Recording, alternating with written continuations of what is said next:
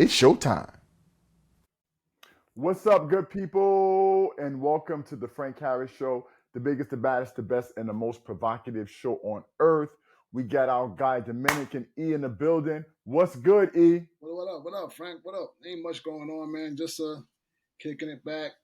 Waiting for the college playoffs to start, the football college playoffs to start. So E, Hold on. so let's talk about let's talk about the college football playoffs.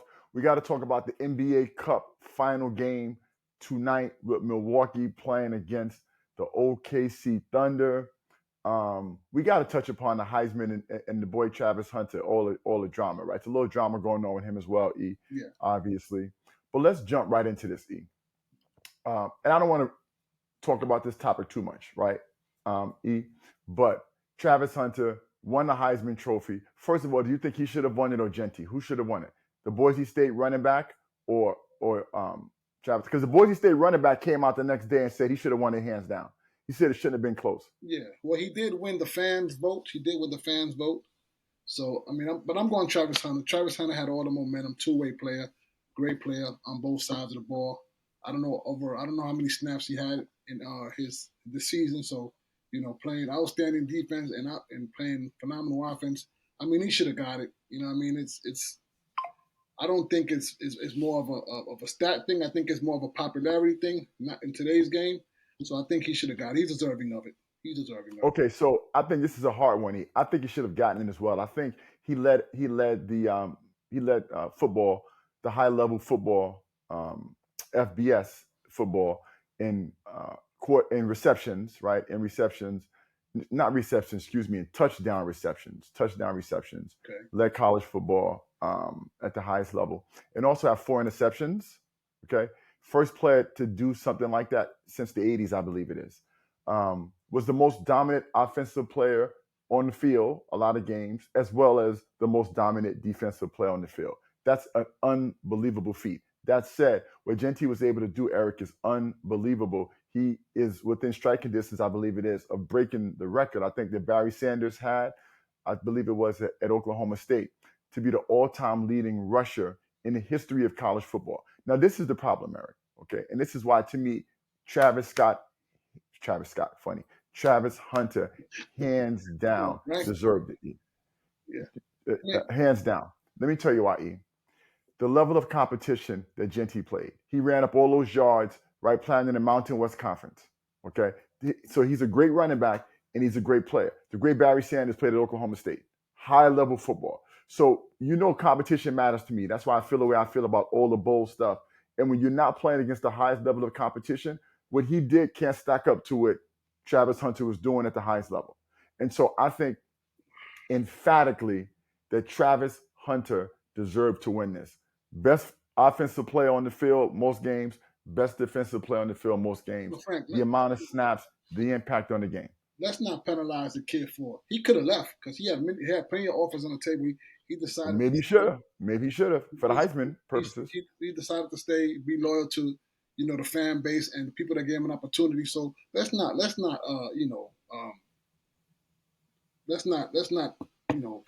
fault him for what the choice he made and staying there. Eric, I'm not penalizing, but a fact is a fact, right? Like I'm not penalizing him, but when you play against better competition and you excel at the higher level, you should be rewarded. It's just like, Eric, let me ask you a question, right? A guy that's playing, right, at a low Division I school, right, FCS football, they may have how many yards, but they can't compare against the guy that's playing in Alabama, right? It is what it is. Or Michigan, or high. When guys are playing at that level, they get rewarded. If you look at the history of the Heisman, most of the winners, okay, are guys that are playing at the highest level. You can't play at Boise State and win the Heisman. I'm sorry. And by the way, Genty's great, and I hope my Cowboys get him. Okay, Genty's great, and I hope my Cowboys get it. That being said, Eric, we got to touch upon this, right? I don't want to be gossipy, whatever, but it's a big hubbub going on with Travis Hunter's girlfriend. It's the biggest story. It's bigger than a Heisman, bigger than the fact that the man won the Heisman. Everybody's talking about the man's girlfriend, right? And how the man's girlfriend, is using the guy. He's with the wrong girl. She's bossy. She mistreats him. Everything. So, and it got to the point where he commented about it and said she's really depressed. She's crying. She's drinking, right? She came out and put out a statement. Eric, what are your thoughts about the situation with Travis Hunter and his girlfriend? Look again. We don't want to get gossipy and all that stuff, but I believe where there's smoke, there's fire. I mean, I believe where there's smoke, there's fire. I mean, the way it lines up. Again, I don't know the girl. I have nothing against the girl, but the way it's lining up, he's supposed to marry her right after I think rookie training camp. I think it is. He said. Man, for God don't want to gossip, you got all the facts. The date? Did you got the date? Did you got the invitation to the wedding? Man, you talking about when you gonna match after the first training camp, rookie camp? Gee whiz! You know what I'm For saying? God don't want to get gossip, you got a lot of information there, bro. So I think she's setting him up perfectly. So listen, I wish them the best, but I think it's a little messy there. I think she is trying to set him up. You know what I'm saying? She also made a comment where she said he wasn't her type and stuff like that. Those are red flags to me. But you love who you love. Travis Hunter, best of E, luck to you. E, the young man's in trouble, but the man's in love. There's nothing you can do about it. I'm gonna leave it at that. The young man is in trouble, In E, trouble, but you Frank. love who you love, and he gonna have to find out the hard way. But that's his journey. You understand what I'm saying? Yeah. Now, E, that being the case, I gotta ask you this question. Yes. But the man is in trouble, E. But anyway, number one pick right now. The Giants got the number one pick, and I think the Raiders have the second pick. I think the way it currently stands. Okay, who you going? Who you got going 1, 2, and 3 in the draft in college football? Who's going 1, 2, and 3 in your mind? Giants, Raiders, and Patriots. I think are 1, 2, and 3 right now. Ooh. So I got Cam Ward going to the Giants, Wow. Shador going to the Raiders, and Travis Hunter going to the what's the team you said that was the third team? The Patriots. The Patriots. Yeah, they need a playmaker like Travis Hunter. So him going to the Patriots will suit right in line with that young core of talent they have. So yeah, those are my three right there. Cam Ward going to the Giants. So I think we got a similar 3, Eric, but I have it. Shador at 1, probably Cam Ward at 2. Shador in New York, they already set it up, but they had Shador throwing with Malik Neighbors in Times Square, right, the night before the Heisman ceremony. So I think Shador's going to the Giants. But by the way, something can change in terms of the order, the way it currently is. But I tell you this, if there's a team that needs a quarterback, that doesn't need a quarterback, that gets the first pick, you got to go Travis Hunter. But the way it currently stands, I'm going Shador 1 to the Giants. I'm going Cam Ward 2 to the Raiders because those teams are in desperate need of quarterbacks. Both teams need a quarterback. They're both in desperate need of a quarterback. And then lastly, I'm going with the best player in football with the Patriots. The Patriots drafted Drake May last year, so obviously they have a guy that they believe that they're going to be able to build around. And then having a guy like Travis Hunter. Last comment about it. Does Travis Hunter play two-way in the NFL? No, I don't think he For plays two-way. offense and defense. Well, he's gonna play two ways. I think they'll have a special package for him where he'll get maybe 7, 8 offensive snaps. But for the majority of the time, he'll be playing on the defensive side of the ball. But there'll be some special packages in there where they'll get him in there from like some reverses and stuff like that, some trickery plays, and let him use his athleticism to get outside. So they'll have some packages for him, but he won't play the majority of the snaps in the NFL both ways. He'll play defensive back, and he'll have some special packages on the offensive end. Yeah, impossible for him to play both ways the entire time, right? The guy, like you say, it'll be a package and play, and he'll play, I think 6 to 8 snaps a game, like you say. Some maybe, and I think he'll maybe kick, punt return, and kick return as well because he's so electric, like Dion did potentially. Kick return, right? Package 6 to 8 plays, some handoffs, some him playing wide receiver, some with him in the slot, some reverse action, etc., to try to capitalize on his offensive ability. But I think again, he will absolutely be predominantly a defensive back in the NFL. But let me say this too, Frank. Let me say this to his defense as well. I believe he's going to play special packages, but to his defense, I think with the way the NFL is being played today, and with all the technology and the recovery and all that stuff, if any player that could do it, I think is him in today's game. He can be able to play the majority of the snaps. But with that being said, I don't think it will happen. But if anybody could do it, I think it will be him. Okay, fair enough. Let's go through some of the. So we got the college football playoffs, right? We got the 12 teams that are going to be in. Okay, yes. let's start talking about the matchups. Okay, gotcha. Let's talk about some of the matchups. Let's go first game. Let's go Clemson, Texas. Who you got in that game? I got Texas. I got Texas beating Clemson. I'm not a Debo fan, and I don't think that quarterback from Clemson is a quarterback that can get you, to the promised land. I don't think he could get you a win in the playoff series. I mean, he struggled against the big teams, so I don't think he could get you a win in the playoffs. I think Clemson has too much, and I think Clemson wins that game. No, you mean Texas. Texas wins that game. Right. So I got Texas too, Eric, but let me say this. I got Texas because they have so much more firepower on both sides of the football. Okay, but Ewers has had a very mediocre year this year. Okay, this is supposed to be the year where Ewers is supposed to break out and show that he was potentially a first-round pick, potentially ahead of Shador, potentially ahead of all of these other college quarterbacks. And by the way, him and the Georgia quarterback have been terrible.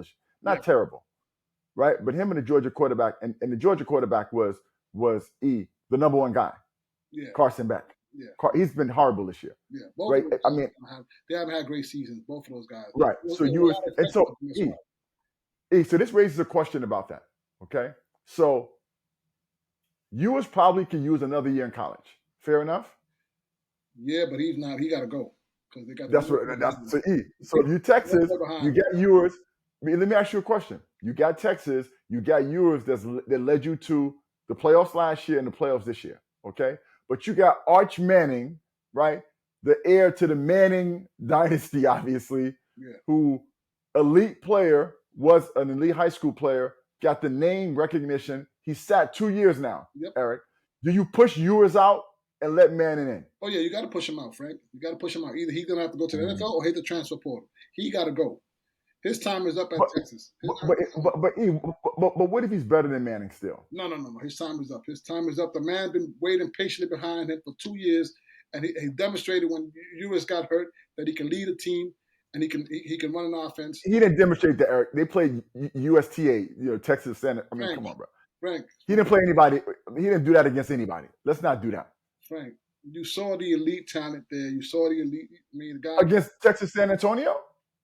I mean, Frank, the guy makes all the throws. Forget about so does Ewers.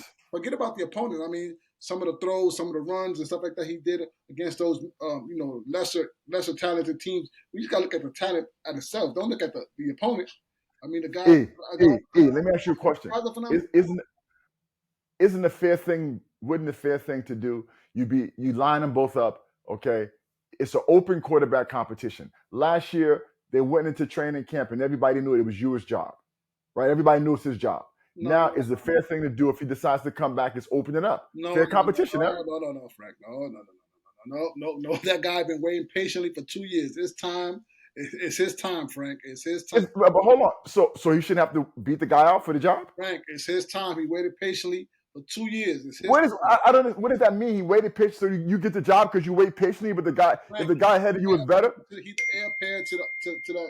He's the heir apparent to that job, Frank. The man could have started anywhere as a freshman, Frank. He waited patiently. So go there. What you're saying right now is bananas. Listen, let me tell you why. You the guy should get the job because he's been waiting. The guy should get the job because he deserves it. So let me ask you a question. He's deserving of it, Frank. Let me ask you a question. It's not a slouch, Frank. He's deserving of that job. If Ewers is a better player, right? And he beats him out in training camp again, okay? For a third time, why should Manning get the job? If Ewers, and by the way, let's be clear, Ewers has led them to the playoffs his 2 years there, right? Frank. His 2 years there, Ewers has led them to the playoffs. And if he's the better quarterback, why does he have to leave? Manning can go somewhere else too. What do you mean? Go to Alabama. Alabama needs a quarterback. I hear you, but he's been waiting there patiently for 2 years, Frank. What does that mean, Eric? You keep on saying just because a guy waits patiently, but a guy's better than you, you shouldn't start with him because you waited patiently. Frank, in today's climate where kids are bouncing all over the place, the man has been loyal to the program. Eric, so is Ewers. Ewers too. Ewers has played. He's the upperclassman. He's played. You led them to 2 playoff bowl series. It's time for him to move on, Frank. It's time to move on. Eric. So let me ask you this one question. I'm going to leave it at this. So what you said, even if Ewers is the better player, the fact that a guy has waited his turn should usurp the idea that the better player should be playing. So you said if Ewers is the better player, hold on.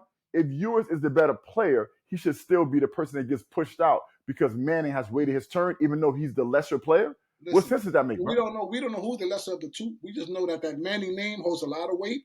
And that Okay, that's different. But now so hold on. So now you're being political. There you go. So then it's politics, you're saying.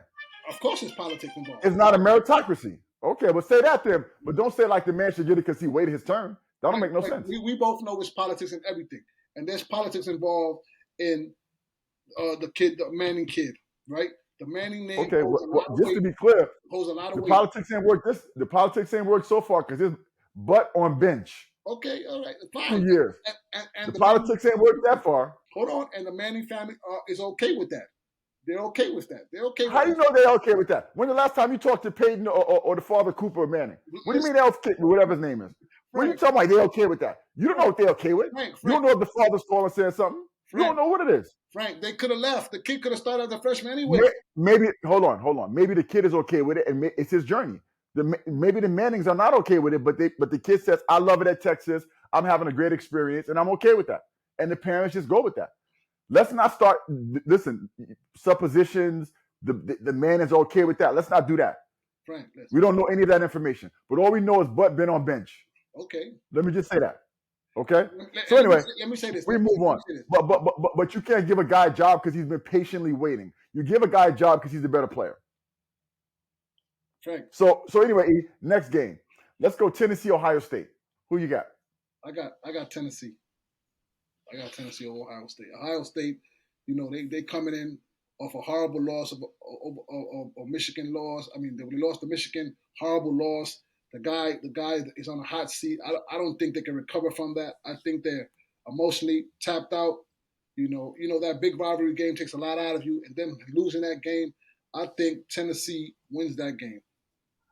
Okay, so first of all, Dave's not on the hot seat anymore, right? Because the AD and the university officials, the head people at the university, have come out clearly and said that he will be coaching next year, and they've come out and given him the ultimate vote of confidence. That's number one.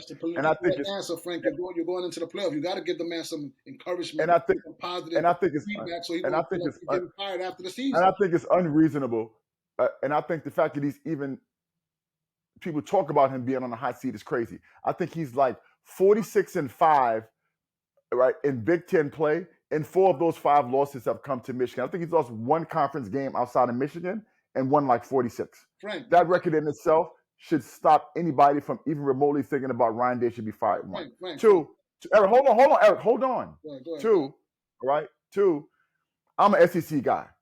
Okay, I think Tennessee is fool's gold. The quarterback is young, right? He's a good player, but Ohio State has consistently been the second or third best team in college football this year. You take away the Michigan loss, and they've been consistently great this year. Let's stop sleeping on Ohio State. They lost the Michigan game, and as you always say, E, rivalry games, things happen. We get that. But Ohio State has been consistently great. So I got Ohio State winning that game easily. Okay. Easily. And I'm an SEC guy. I think Tennessee is the most overrated team you can imagine, and they're going to get Ohio State convincingly wins that game. Okay. Now, what are you going to say, E? No, you said going back to the AD making all these, putting out these statements out. Votes of confidence. Vote of confidence for the guy. That, again, you just said he's politically correct. That was a politically correct statement to say that. We all know. No, it wasn't. We all know. No, it wasn't. We all know he's on a hot seat, Frank. We all know he's on a hot seat, Frank. I don't know that. I don't agree with that. I think that's false. He's lost. How many games he lost to Michigan so far? 3 out of the last 4, I think. He lost 4 in total, I think. 4 in total. 4 in total. And this last one being a debacle. They don't have no confidence in the quarterback. I think he's on the hot seat. I think the AD made the right statement by giving him a vote of confidence going into the playoffs. I think he's out of there, Frank. Me personally. Just to be clear, I think so we'll see. He's not on the hot seat, in my opinion, right? And so I ask this question for you: if you think he's on the hot seat, right? If you think he's on the hot seat, Eric, okay, yeah. How far? And you say you think he's out of here. Yeah. How far does he have to go? How far does he have to go in this tournament to keep his job? Does he have to win a national championship? You think he has to get to the championship game? He has to get to the championship. Okay, so you say. I'm going to put on the record, though. They lose in the first round, he's out of there, Frank. Wait, hold on. You just said if Ohio State doesn't get to the championship game, he's fired. Yes. You just said that. Yeah, he's fired. Okay, fair enough. I'm going to put that on the record. So I don't think he's on a hot seat. I think he can lose in the first round of Tennessee and he's still coming back. Oh, no. I think that's I think that's unequivocally the case. So anyway, but we'll see. We'll see. All right, E, next game, we got SMU Penn State. SMU from your weak ACC conference, where your bum Miami Hurricanes are. SMU, the team that took Alabama's spot in the playoffs. SMU, the team that got big money, is going to be a big program school very soon because all that Texas money. But SMU, who doesn't deserve to be in the playoffs. That being the case, SMU Penn State, who you got? I got SMU. I got SMU with my man Lashley. Done a phenomenal job at SMU, and they got a lot of Florida boys down there. They got a lot of Miami guys down there. So I'm rooting for those guys. I'm rooting for my man Smith, the running back. You know, he played at Miami. My man Harvey, all those guys played at Miami. So I'm going for those. I'm going for SMU. I think they have offensive firepower. Now, can the defense hold up against a big, Penn State team? I believe so. I'm going SMU. So, E, let me say this, okay? This is a hard one for me because James Franklin is a great regular season coach, right? But until the big game comes, James Franklin's teams, for some reason at Penn State, never are able to win the big game. Okay. Now, that being the case, I think it's a big game, but SMU is not the caliber of competition that Penn State plays against when they lose to Ohio State or Michigan, right? Usually Ohio State and Michigan are top 5 teams in the country. SMU is not that good, okay? So I have, and Penn State, veteran quarterback, right? A lot of experience playing in that tough, rugged Big Ten. I got Franklin finally winning the big game and getting out the first round and beating SMU.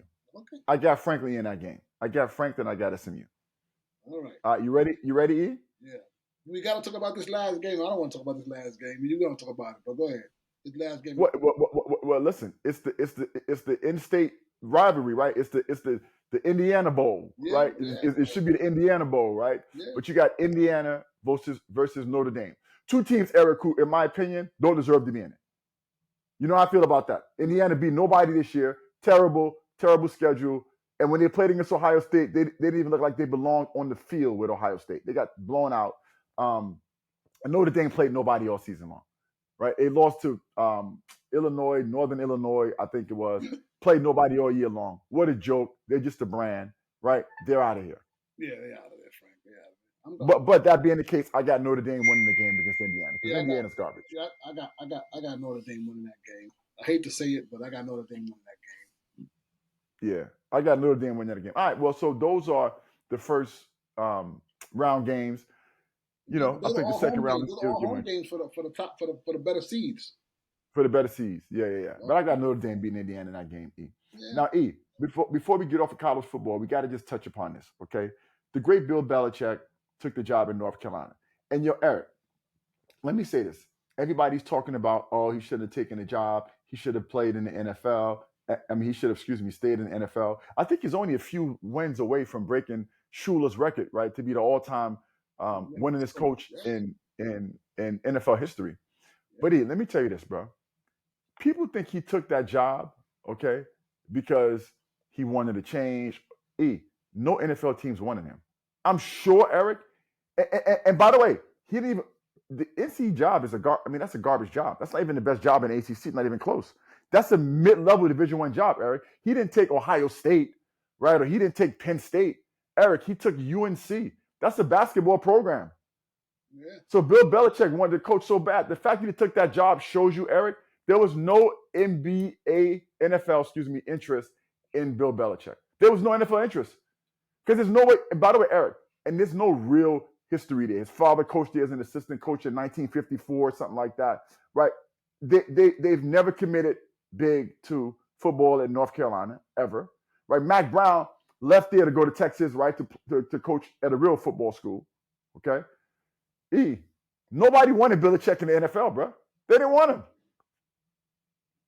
I ain't gonna say they don't. I ain't gonna say they didn't want him. I think nobody wanted him, Eric. I think the timing is off on that one, but I don't think he's gonna. Why? They said he kicked the tires on the Jets. They weren't interested. The Jets. If the Jets wanted, the Jets could have moved on him right away. They fired their coach how long ago? Yeah.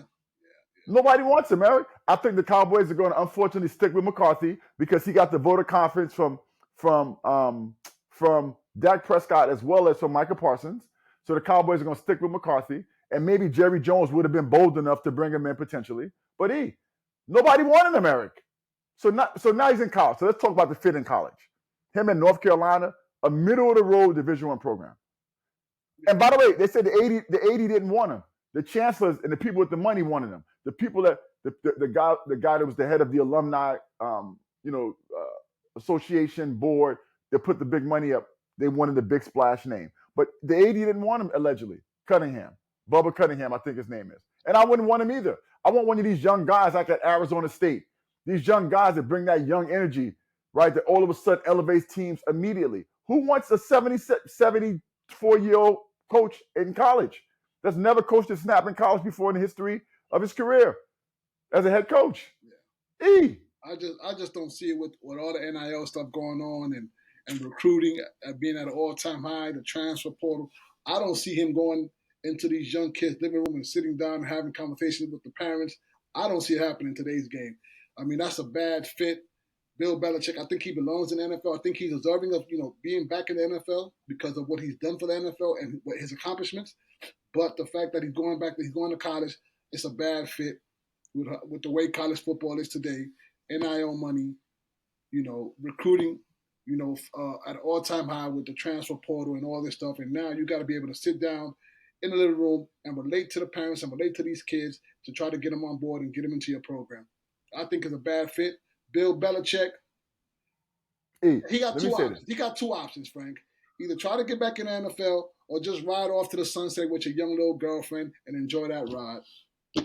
Maybe the girlfriend gave him new life, so he wanted to be around college kids again. Because she's about a college kid age girl. So maybe the little girlfriend, you know what I mean, made him want to be around college kids again. I don't know what it is, but I do think this, Eric. And by the way, that's really one of those weird things because he probably has his daughters are older than her.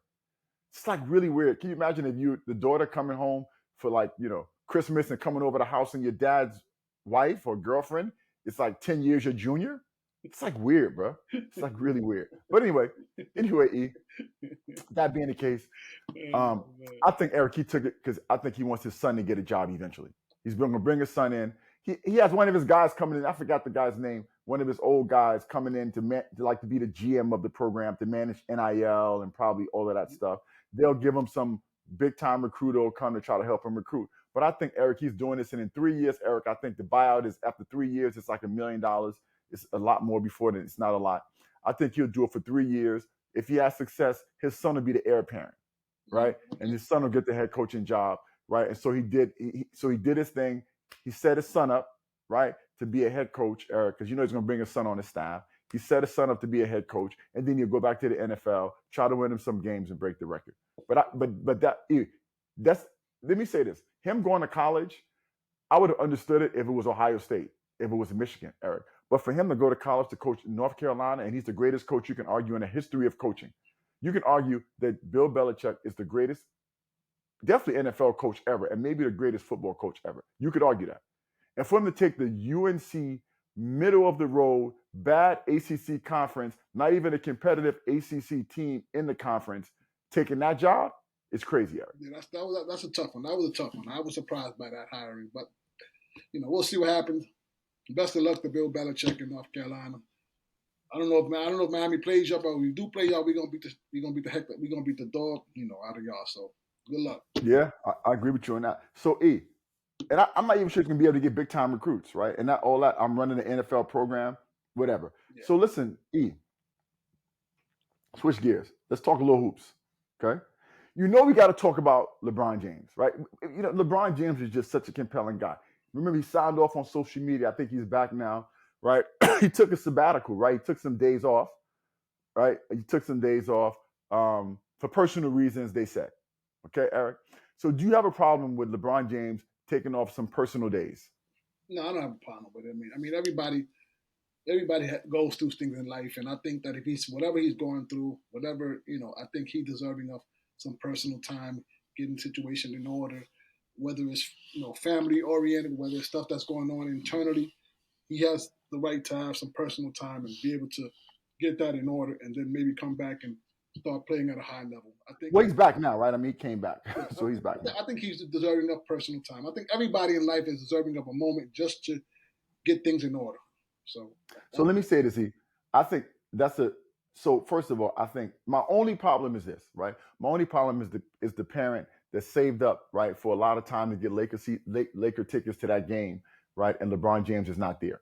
You know what I mean? Like that's my only issue when LeBron perfect. James comes to your town. Right? Hold on, let me finish. Okay, go ahead. Right? That's my only issue. But LeBron James, but that being said, LeBron James is one of those guys that always tries to play the right way and tries to make himself available. So he's one of the few guys that doesn't do, you taking days off for no reason. And LeBron James tries, that's one thing he does the right way, Eric. Right? He tries to play every single game that he can. And so when a guy like that, and to me, he has a lot of equity as it relates to protecting the integrity of the game, right? From a basketball perspective. Now, from another perspective, I don't know about that when it comes to his son, but he has the integrity of the game. He's protected that in terms of playing, making himself available, no load management. So with that being the case, I have no problem at all with LeBron James sometime needing saying, look, I just need a break, bro. Yeah. Right. And also, Eric, let's not forget this. I think mortality is starting to hit him this year. And that's tough to deal with too. Because I think last year everybody still thought he was great. After the Olympics, people thought he was the best player in the world still. After the Olympics, people were arguing that. And then all of a sudden you see his mortality, Eric. He's having a very, very difficult year. And you know how NBA players fall off a cliff. It's like guys are really, really good. And then it's like all of a sudden, Eric, they just go like this. It's amazing how guys decline so sharply, right, in the NBA career. So I just think a lot of that, the reality of the stress that was happening with his son, I think it's a lot of backlash about that. Yeah. His play has declined significantly. The Lakers are terrible, right? They're supposed to be better. They brought JJ Redick in. Now you brought JJ Redick in, and they're playing worse than they played with Ham, pretty much. So now you say to yourself, was Ham really the problem? Because they're playing defense worse than with Ham. They're probably just as bad. And so there's a lot of things I think that LeBron James is looking at. JJ Redick some time. I think he's a great young mind. I think let's give him some time. We all saw Ham. He wasn't ready for the job. We all saw Ham, in a timeout. I don't know what he was drawing up, but we just saw him drawing up whatever it was. So listen, also to the fans, listen. I know sometimes. But Eric, let me just say this. But the result is the same with Ham and Redick. I'm just gonna say that. Yeah, I'll give you that. But what I'm saying is, and by the way, Eric, let me say this. I'm with you on that. But let me just say this, and I'm let you go. Let me just say this, Eric. Okay. There are so many timeouts that Darvin Ham has had, right? You can take one timeout if you want to and isolate that. I'm pretty sure JJ Redick in every timeout is, or whoever the coach is, Mike Malone or Phil Jackson. I'm sure in every timeout they're not saying something so mind blowing that all of us say, "Oh my goodness!" I mean, there are moments when you have so many timeouts in a year, Eric, where I'm sure, right, every coach is not the sharpest. Okay. Okay. Well, let me get back to the fans. Fans maybe complaining about saving up all their money and then LeBron not playing in them games. Listen, we got to understand as fans, as human beings, we got to understand people are human beings.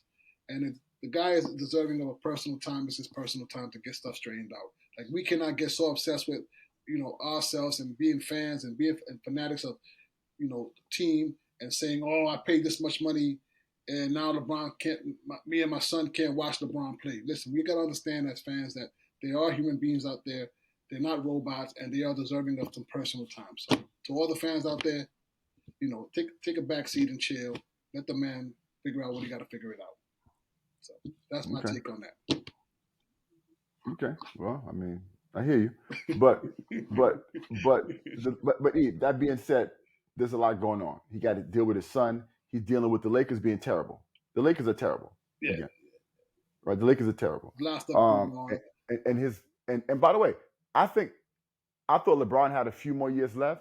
The way he's playing right now, next year may be LeBron James' last year. Oof. Right, like next year maybe, and I wonder, is that why he needed some personal time? It's like, I got to reevaluate all this. He played great at the Olympics. He was pretty good last year, and he's terrible right now, as it relates to his standard. And so now you look at him, Eric, and is LeBron James facing mortality and really thinking like, man, because Eric, I can't imagine what he's going to look like 2 years from now. After next year, and he's 41 years old. And by the way, they trick y'all with all that. He spends $1 million on his body garbage. They trick you with that. Who knows what that means, right? A lot of players spend money. LeBron James spends $1 million on his body. By the way, that's great. That's a great headline for him. That's a great headline. That makes him look amazing. It's $1 million. What a great number. What a great round number. LeBron James spends $1 million per year on his body. Oh, that's great PR marketing, right? But guess what? All that $1 million he spent, okay? I'm gonna tell you one thing. He should have been spending the money Brady's spending, because Brady at like 43 years old was still arguably the best quarterback in football. LeBron James at 39 years old, not even 40 yet, right, is not close to being the best player in basketball and declining. Yeah. So whatever he was spending that $1 million on, he should have spent whatever Brady was spending on whatever Brady was doing, because Brady was still at 43, right? Super Bowl caliber quarterback. I'm just saying, Mister, I spend $1 million a year on my body. I hear you, but guess what? Like most players at 39, okay, precipitous.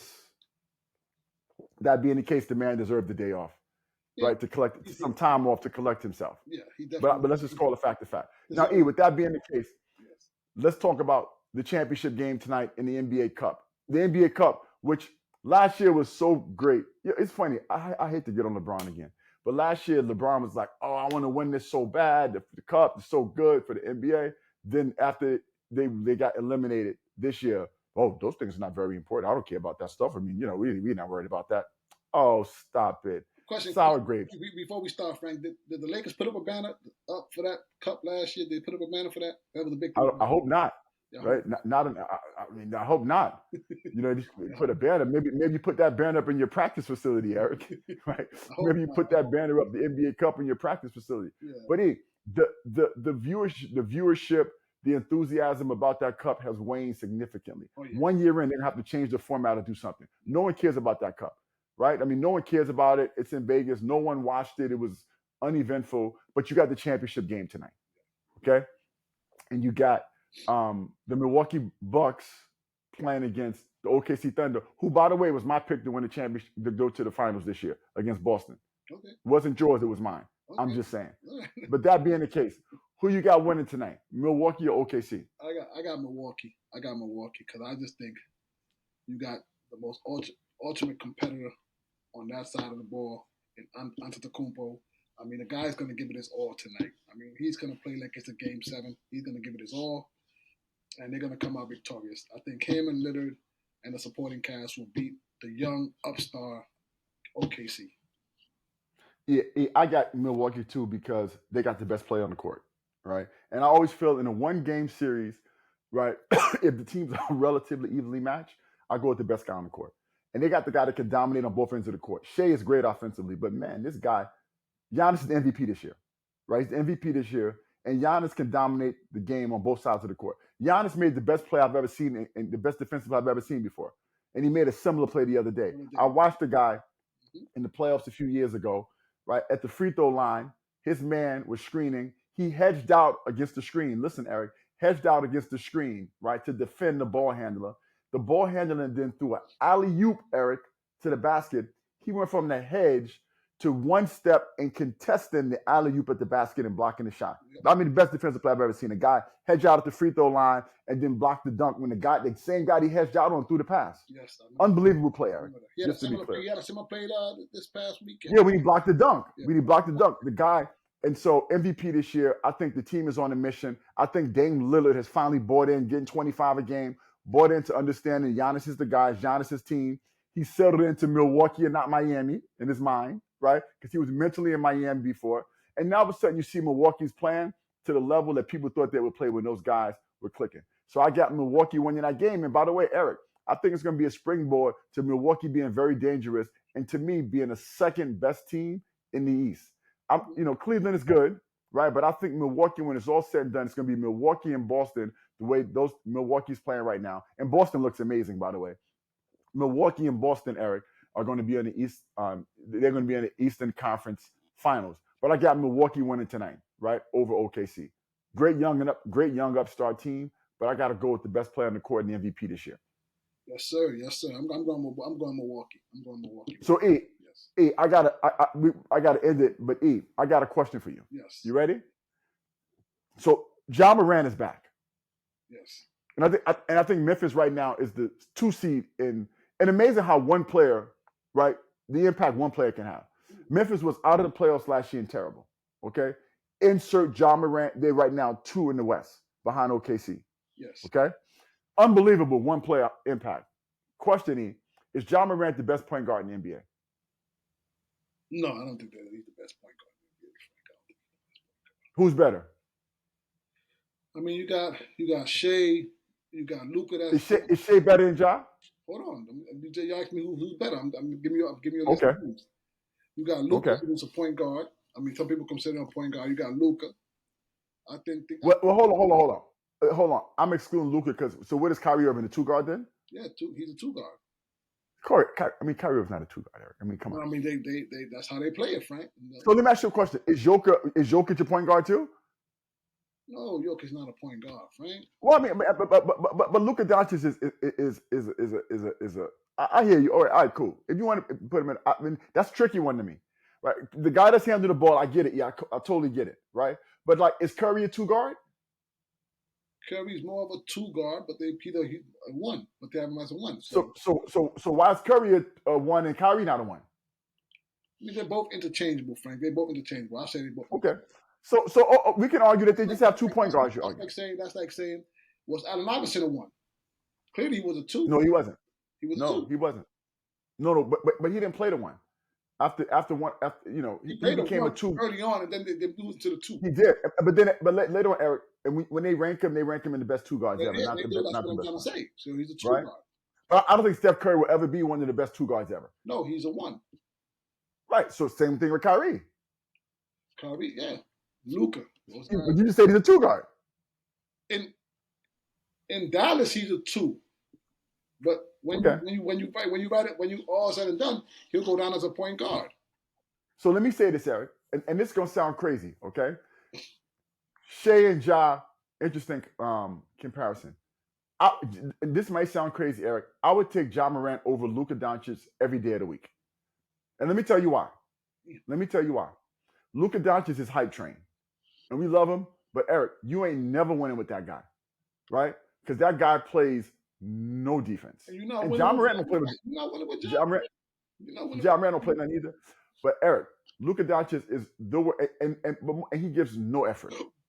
Okay, I'm taking Ja Morant over Luka Doncic. I am. Listen. Now will I take him over Shea? Because Shea Gilgeous-Alexander is one of the more underrated defensive guys. Eric, he's every year right one of the top steal guys in the NBA.